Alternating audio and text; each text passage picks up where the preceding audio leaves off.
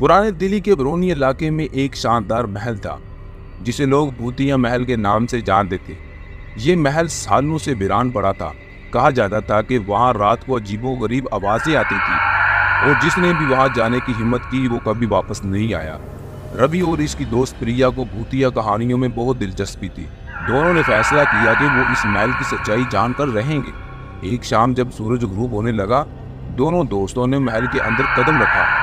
महल के अंदर दाखिल होते ही ठंडी हवा का झोंका आया। हर जगह धूल और मकड़ियों के जाले थे। दोनों ने एक साथ टार्च जलाई और आगे बढ़े। अंदर एक बड़ी भूल भुलैया जैसी साखत थी। दीवारों पर पुराने नक्शो नगार और पुरअसरार निशान बने हुए थे। रास्ते में एक बड़ा दरवाजा था जिस पर लिखा था, जो सच्चाई की तलाश करेगा वहीं बाहर निकल पाएगा। रवि ने दरवाजा खोला और सामने एक अंधेरी सुरंग थी। प्रिया ने आशा से कहा, क्या हमें आगे जाना चाहिए? रवि ने हिम्मत से कहा, हम यहाँ तक आ ही गए हैं, अब पीछे नहीं हट सकते। चारों तरफ से चीखने की आवाजें आने लगी। दोनों घबरा गए, लेकिन रवि ने कहा, ये सब हमारा खौफ है, हमें इसे मात देनी होगी। आगे बढ़ते हुए इन्हें रास्ते में अजीबोगरीब चीजें नजर आने लगी। कभी अंधेरे में चमकती आंखें, कभी हवा में तैरती हुई परछाइयां।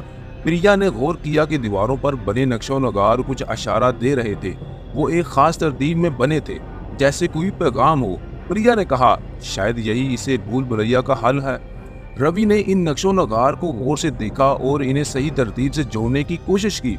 जैसे ही उन्होंने सही तरतीब को समझा, अचानक दीवारों पर एक दरवाजा नमूदार हो गया। दोनों ने दरवाजा खोला और सामने महल का एक खुफिया कमरा था।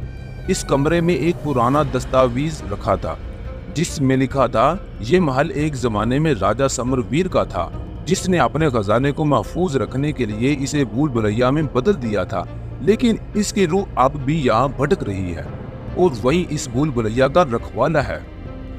रवि और प्रिया ने इस दस्तावेज को पढ़ा और समझ गए कि ये महल सिर्फ एक राज नहीं बल्कि एक पुरानी कहानी का गवाह था। उन्होंने जल्द से इस कमरे से बाहर निकलने का रास्ता ढूंढा और महल से बाहर निकलने में कामयाब हो गए। महल से बाहर आते ही दोनों ने सुकून का सांस लिया।